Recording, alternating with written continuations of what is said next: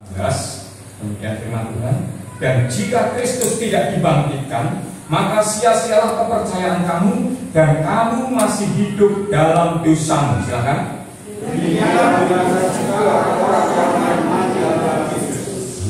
Bahagialah orang yang membacakan firman Tuhan dan mendengarkan firman Tuhan dan melakukannya dalam kehidupan sehari-hari. Sebelum kita lebih jauh menjelaskan firman Tuhan ini, sebelum lebih jauh kita belajar firman Tuhan ini, kita buka kepala kita terlebih dahulu. Bapak Saudari, perkenankan kami untuk lebih jauh lagi mempelajari kebenaran firman yang telah kami baca, sehingga melaluinya kami dapat mengambil hikmah dari perayaan Paskah hari ini dan hidup kami semakin dibawa mengenal Engkau dengan benar. Urapi hamba-Mu, urapi setiap kami, sehingga benar-benar berkat Paskah itu dapat tersalurkan, dapat tersampaikan, dan dapat kami nikmati dalam kehidupan kami sehari-hari.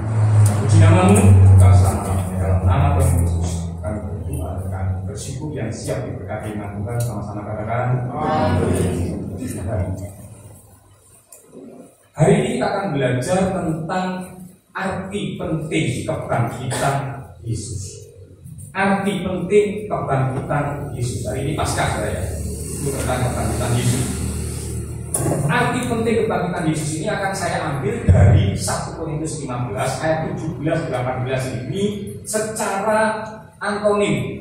Secara antonim ini artinya berlawan kata, gitu ya, lawan kata dari nats ini. Kenapa? Karena Paulus dalam nats ini sedang mengemukakan sebuah atau sesuatu yang seandainya, gitu ya, seandainya. Jadi Rasul Paulus ini berkata andai kata, gitu ya, seandainya.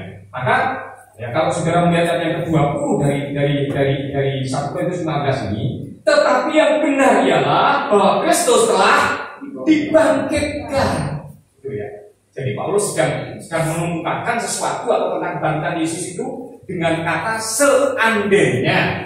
Ya. Maka hari ini kita belajar secara antonim dari nats ini, secara lawan kata dari nats yang kita pelajari ini. Paling tidak ada 3. Ya, saudara Tuhan, arti penting dari kebangkitan Yesus yang dapat kita ambil secara antonim sekali lagi dari nats ini. Yang pertama adalah, mari kita melihat dalam ayat yang ke-17. Dan jika Kristus tidak dibangkitkan, antonimnya berarti Kristus dibangkitkan, gitu ya. Karena memang itu seandainya kan gitu. Rasul Paulus mengatakan seandainya Kristus itu tidak dibangkitkan, maka sia-sialah kepercayaan kamu. Ini yang pertama. Arti penting dari kebangkitan Kristus adalah menjadi dasar dari iman kita. Jadi ketika Kristus dibangkitkan, maka kepercayaan kita itu tidak sia-sia. Coba kita ulangi lagi supaya lebih jelas lagi. Seandainya, ini seandainya ya, Rasul Paulus kan berkata seandainya jika Kristus itu tidak dibangkitkan, maka kepercayaan Kristen itu menjadi sia-sia. Tetapi yang benar adalah ayat 20 tadi, oleh karena Kristus itu telah dibangkitkan, maka iman kita tidak menjadi sia-sia. Ya. Jadi arti penting kebangkitan Kristus yang pertama adalah menjadi dasar dari iman kita. Iman kekristenan itu tidak didasarkan pada kelahiran Yesus. Mengapa? Karena saya juga lahir, saudara juga dilahirkan. Saudara bisa ada di dunia ini karena dilahirkan. Jadi semua orang dilahirkan. Atau tidak didasarkan iman kekristenan itu tidak didasarkan kepada kematian Kristus saja. Kenapa? Karena semua orang juga mengalami kematian. Ya, pada Jumat Agung bukan. Semua orang mengalami kematian. Ya.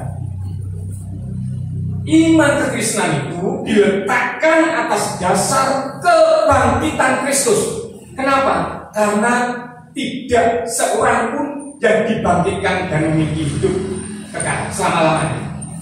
Kalaupun toh ada orang yang dibangkitkan, masih ingat siapa saja? Lazarus, ya, itu cerita anak setelah minggu.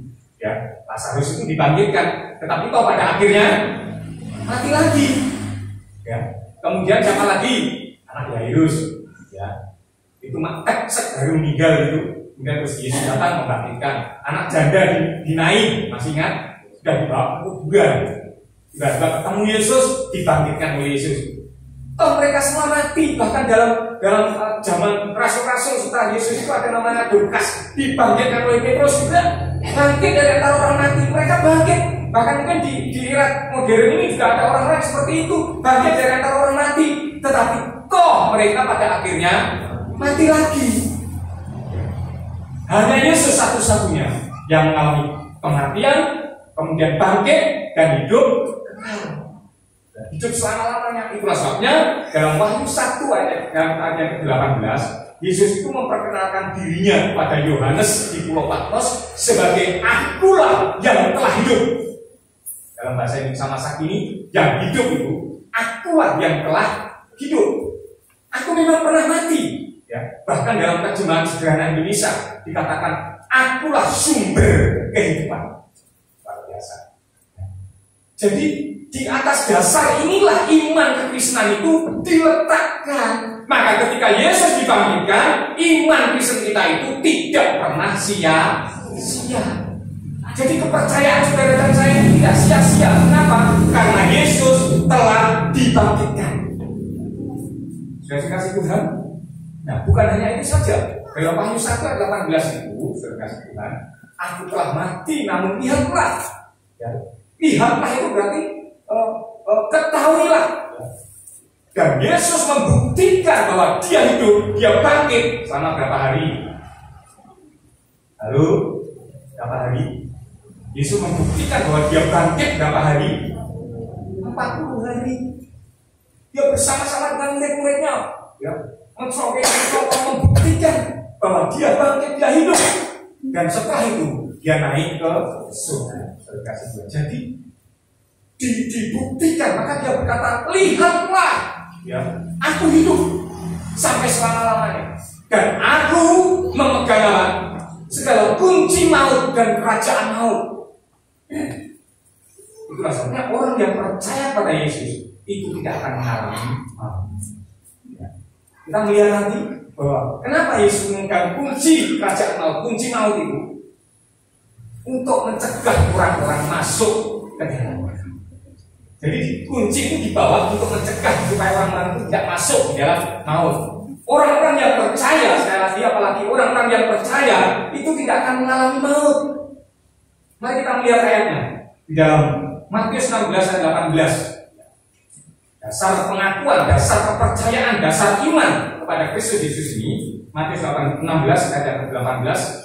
Katakan, dan aku pun berkata kepadamu, engkau adalah Petrus, dan di atas batu karang ini aku akan mendirikan jemaatku, dan alam maut tidak akan menguasainya.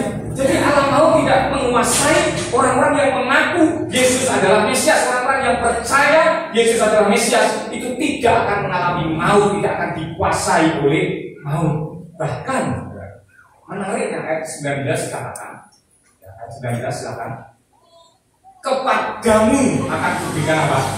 Kunci kerajaan surga. Saudara perhatikan, kunci kerajaan maut siapa yang bawa? Tuhan Yesus. Lalu kunci kerajaan surga orang percaya. Saudara tahu maksudnya ini? Maksudnya begini, untuk masuk surga bagi orang yang percaya itu sebenarnya sudah diserahkan kepada kita.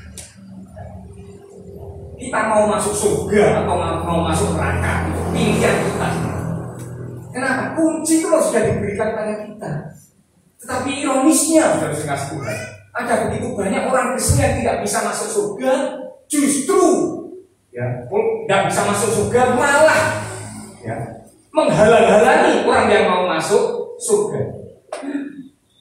Jadi kunci, kalau saudara bawa kunci, itu semuanya bergantung pada saudara, benar nggak? Kalau misalkan aja ya, saya sekeluarga berpergian. Saya yang bawa kuncinya, saya naik sepeda motor, saya belum datang. Keluarga kami tidak bisa masuk tanpa saya tidak ada. Seperti itu ya. Nah, dan kasih Tuhan itu sebabnya Tuhan berkata dalam Matius pasal yang berapa itu 19 atau 28 kan? Itu apa namanya? Perintah untuk memberitakan Injil. Nah, pergilah jadi kata semua bangsamu itu. Kenapa? Karena selalu bergantung pada kita, saudara. Bergantung pada kita. Nah, seringkali kita menjadi seperti ahli-ahli orang-orang Farisi yang menutup pintu kerajaan surga karena kita tidak bisa masuk, ditutup, orang lain juga tidak bisa masuk oleh karena kelakuan kita, oleh karena kita tidak bisa menjadi saksi, sehingga kita menjadi batu sandungan. Ini yang saya maksud. Banyak orang tidak bisa masuk surga karena apa? Orang Kristennya sendiri itu tidak bisa masuk surga, tidak mau apa? Tidak memilih masuk surga. Dia bawa kuncinya, tetapi dia tidak mau masuk. Dan dia mengunci orang yang mau masuk, sehingga tidak bisa masuk. Bagaimana kita mengunci kerajaan surga sehingga orang lain tidak bisa masuk? Hidup saudara dan saya seringkali tidak bisa menjadi berkat. Sehingga ketika mereka itu sebenarnya mau masuk, halah Kristen banyak dulu kelakuan ini. Berat. Kelakuannya orang Kristen juga seperti itu, podo harus. Apa artinya jadi Kristen kalau seperti itu? Akhirnya dia keluar, tidak jadi masuk, hanya gara-gara kita kunci kerajaan surga itu dengan perbuatan jahat. Halo, ya, katakan sebelah kanan kiri, perbuatan jahatmu. Loh, katakan perbuatan jahatmu mengunci kerajaan surga. Bagi orang lain. Jadi kita saling mengingatkan. Jadi jangan sampai kita ini melakukan sesuatu yang jahat, yang tidak bisa menjadi saksi, yang pada akhirnya mengunci kerajaan surga itu bagi orang lain. Sementara Yesus mengunci kerajaan maut supaya orang itu tidak bisa masuk dalam kerajaan maut, supaya orang itu hidup yang kekal. Tahu maksudnya? Karena Yesus yang menutup pintu kerajaan maut itu tadi ternyata menjadi sia-sia oleh karena apa? Kita ternyata juga mengunci kerajaan surga bagi orang lain untuk masuk melalui perbuatan jahat. Nah, besoknya saudara kasih Tuhan melalui kebangkitan Kristus yang kita rayakan hari ini, kita mau belajar untuk menjadi Kristen yang baik, sehingga kita dapat membuka pintu kerajaan surga itu bukan hanya bagi diri kita sendiri, tetapi juga bagi orang lain untuk masuk di dalamnya. Nama Tuhan. Nah, itu yang pertama. Dasar iman Kristen kita diletakkan pada kebangkitan Yesus Kristus. Yesus bangkit dari antara orang mati, yang memegang kunci kerajaan maut, dan orang yang percaya pada Yesus tidak akan mengalami maut. Ya, seharusnya tidak mengalami maut. Ya, tetapi sekali lagi kunci kerajaan surga itu diberikan kepada kita. Ya, pilihan itu ada di tangan. Yang pertama. Yang kedua, dan jika Kristus tidak dibangkitkan, kamu masih hidup dalam dosamu. Antoninnya adalah ketika Kristus dibangkitkan, kita bebas dari dosa. Benar kan? Kita masih hidup dalam dosa, tapi ketika Kristus dibangkitkan, maka kita hidup di luar dosa, alias bebas dari dosa. Jadi arti penting kebangkitan Yesus yang kedua adalah membebaskan kita dari dosa. Yang pertama, arti penting kebangkitan Yesus bagi kekristenan kita adalah menjadi dasar iman kita.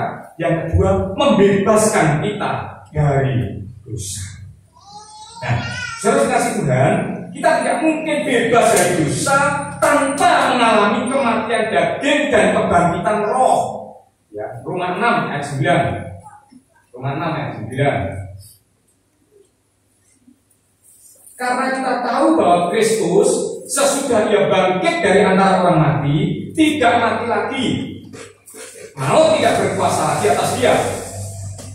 Sebab kematiannya adalah kematian terhadap dosa satu kali dan untuk selama-lamanya. Dan kehidupannya, baik kehidupan sebelum kematian Yesus maupun kehidupan setelah kematian Yesus atau setelah kebangkitannya itu adalah kehidupan bagi Allah. Demikianlah hendaknya kamu memandangnya. Kita memandang kematian Yesus dan kebangkitan Yesus itu kita jadikan cerminan bagi kehidupan kita. Demikianlah hendaknya kamu memandangnya, kata Rasul Paulus, bahwa kamu telah mati bagi dosa, tetapi kamu hidup bagi Allah dalam Kristus Yesus. Sebab itu ayat 12, hendaklah dosa jangan berkuasa lagi di dalam tubuhmu, jangan lagi dikuasai oleh dosa, karena kebangkitan Kristus itu sesungguhnya telah membebaskan kita dari dosa. Dan kasih Tuhan, ada orang Kristen mengalami kematian daging dan kebangkitan roh. Tahu maksudnya ya? Mengalami kematian daging dan kita ini mati, kemudian terus rohnya ini bangkit. Ini bebas dari dosa, bebas dari dosa.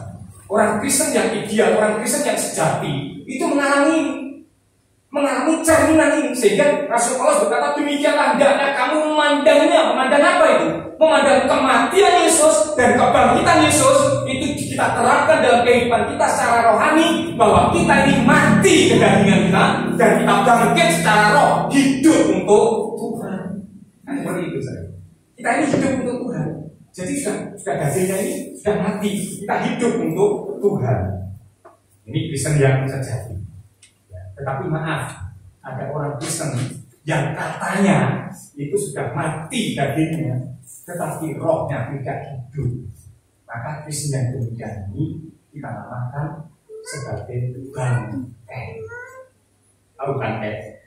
Mati, katanya mati dagingnya, tapi tidak hidup rohnya, alias rohnya juga mati. Maka lama-lama akan berbau. Bau busuk. Jadi kebusukan Kristen ini ya, terjadi oleh karena apa? Orang-orang yang demikian ini, orang-orang Kristen yang ngakunya itu Kristen, ngakunya itu sudah mati, ya kedagingannya, tetapi ternyata rohnya tidak dibangkitkan, sehingga akhirnya dia mengeluarkan bau busuk yang membuat orang Kristen membuat orang-orang yang non Kristen itu ngerti bahwa orang Kristen itu kelakuannya seperti ini, seperti tadi mengunci itu kerajaan surga. Kenapa? Karena kelakuan kita sebagai orang Kristen itu tidak benar. Kita mengaku telah mati kedagingan kita, tetapi roh kita tidak bangkit, sehingga yang terjadi akhirnya menimbulkan bau busuk, bangkai. Katakan kanan kiri, jangan jadi bangkai. Bau ini nggak masalah kalau misalkan saudara bau karena nggak mandi keringetan, itu mungkin lumrah karena kesusu mungkin nggak halus. Lalu ada yang kesusu nggak halus, nggak mandi, berangkat ke gereja nggak mandi, kok tadi nggak mandi saking kesusu nih, harus sekali gitu. Apalagi pelayan Tuhan itu, waduh, apa itu? Sampai akhirnya terlambat Tuhan. Dari kasih Tuhan, akhirnya nggak sempat mandi. Kalau hanya bau keringat, no problem, ya no problem. Kalau hanya bau kentut, no problem, nggak masalah. Kalau saudara misalkan tiba-tiba bau sesuatu yang nggak enak, bau kentut, nggak masalah.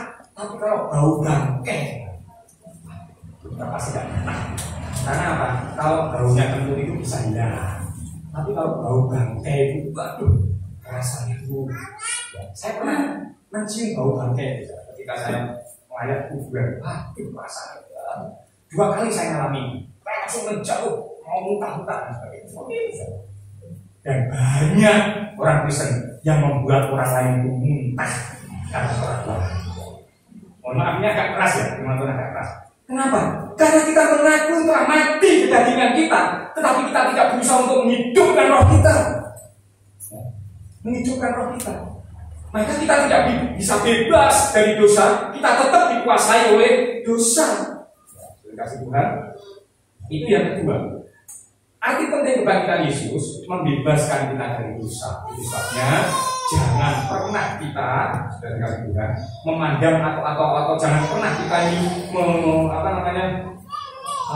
menganggap bahwa kita ini mati secara daging, tetapi tidak berusaha menghidupkan roh. Jangan lagi mau dikuasai oleh dosa. Kita harus menguasai dosa. Kenapa? Karena kita telah bangkit roh kita.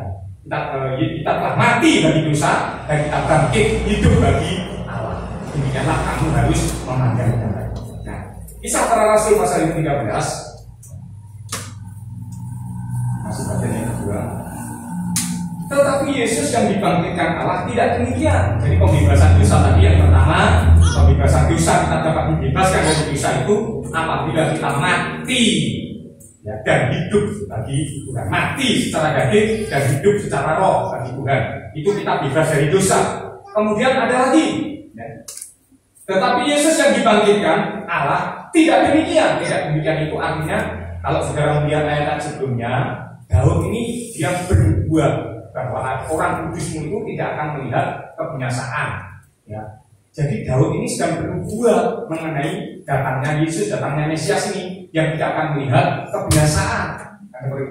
Kemudian penulis kisah para rasul ini disinyalir adalah Lukas. Lukas ini berkata Yesus itu yang dibangkitkan Allah tidak demikian, tidak seperti Daud yang ketika dia berkata engkau tidak membiarkan orang kudusmu melihat kebinasaan, itu bukan dikenakan pada Daud karena toh Daud meninggal, mangkat dan kuburannya masih ada sampai sekarang.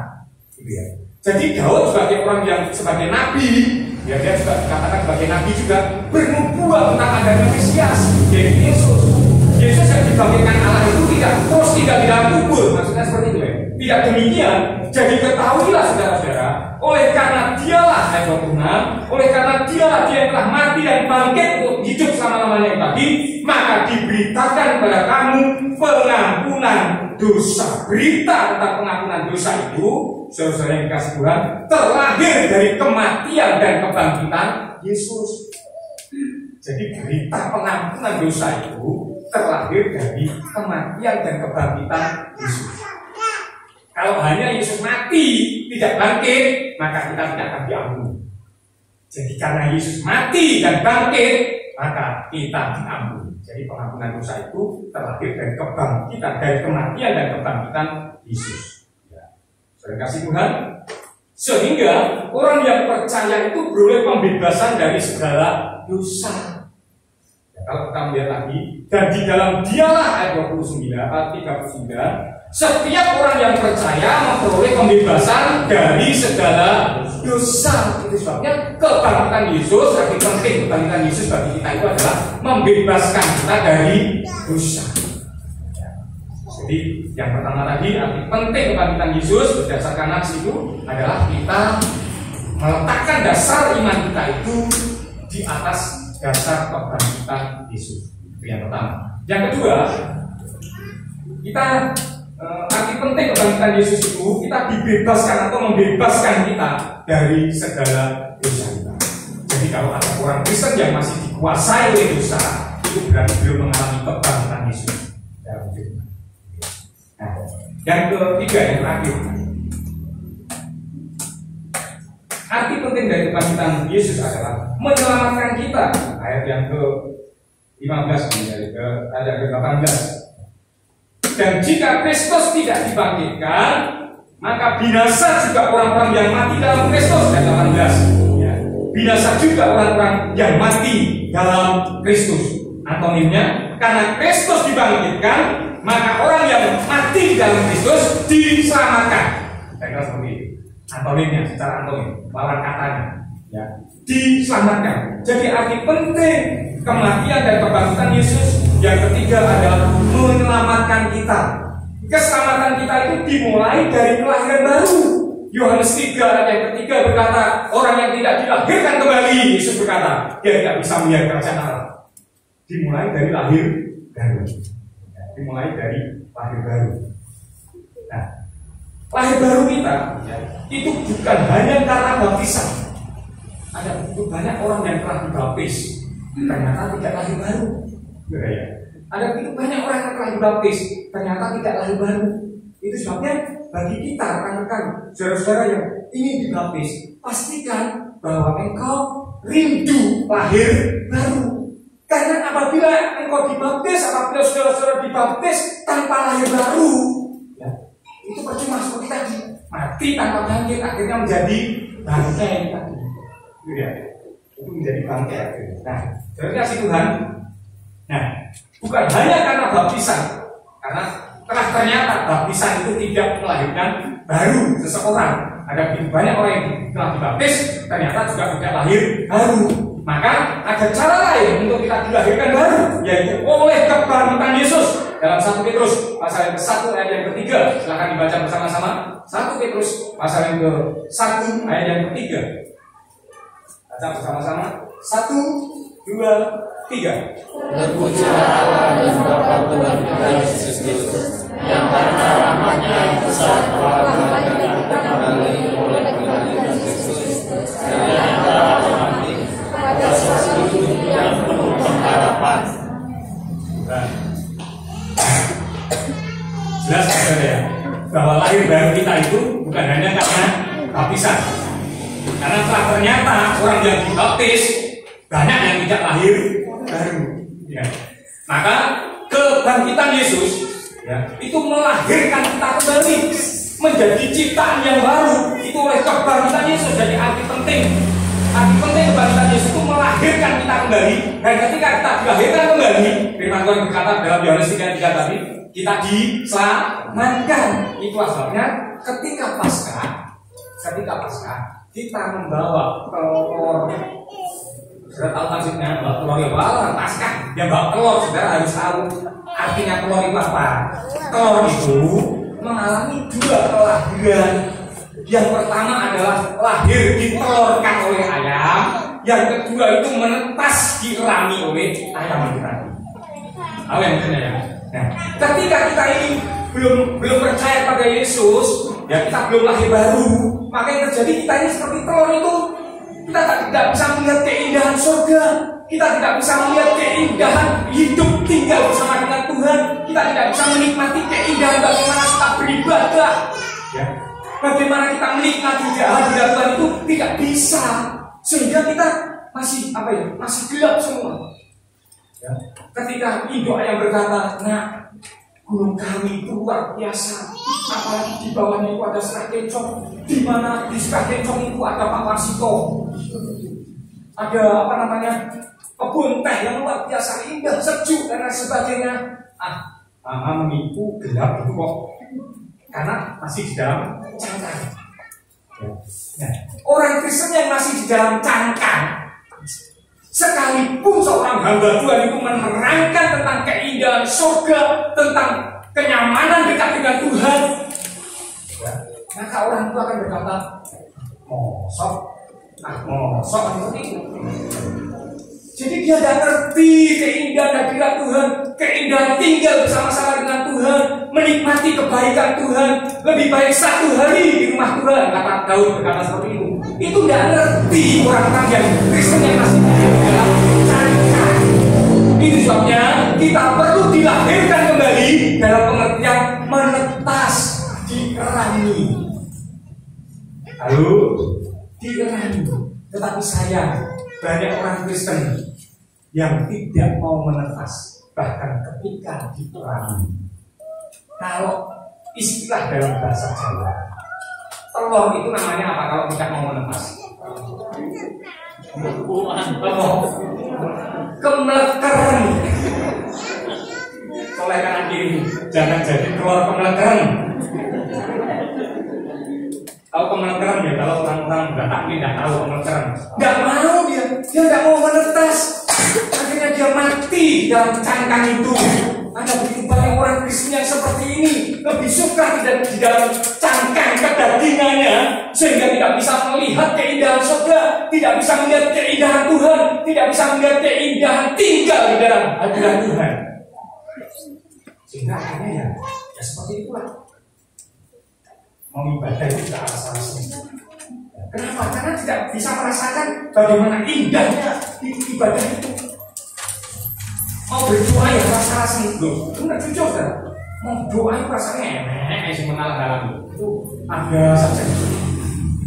Tapi kalau orang itu sudah menetas, orang kanan kiri tanya sudah menetas belum? Sudah menetas belum? Kalau kita sudah menetas, rawi-rawi rantas malam-malam betul, kita akan tetap menikmati hadirat Tuhan. Amin. Kenapa? Karena kita sudah bisa melihat bagaimana indahnya surga, bagaimana indahnya tinggal bersama dengan Tuhan. Keindahan Tuhan itu melebihi daripada keindahan dunia ini. Jauh lebih indah. Ibaratnya ini, keindahan dunia itu seperti nyala lilin yang kelap-kelip dibandingkan dengan sinar Tuhan. Luar biasa. Jadi sinar matahari itu kalau saudara melihat ya, waduh indah luar biasa, atau terangnya luar biasa, berapa kali lipat dengan yang namanya apa? Lilin yang kecil itu kan, lilin yang apalagi kalau lilin ulang tahun yang kecil itu nggak ada artinya. Itulah sebabnya jadilah orang Kristen yang menentas, jangan menjadi orang Kristen yang kemelekeran. Ya, itu Paskah makanya membawa telur. Kalau ada yang lupa bawa telur atau tidak tahu bawa telur, ya apa, jangan khawatir, saudara tetap bagian telur. Kenapa? Karena tiap keluarga membawa lebih satu. Nek ora yo nasi. Ya. Karena saya benar firman Tuhan dan dapat saya sampaikan kepada kita semua. Kiranya Tuhan memberkati. Nah, kita masuk dalam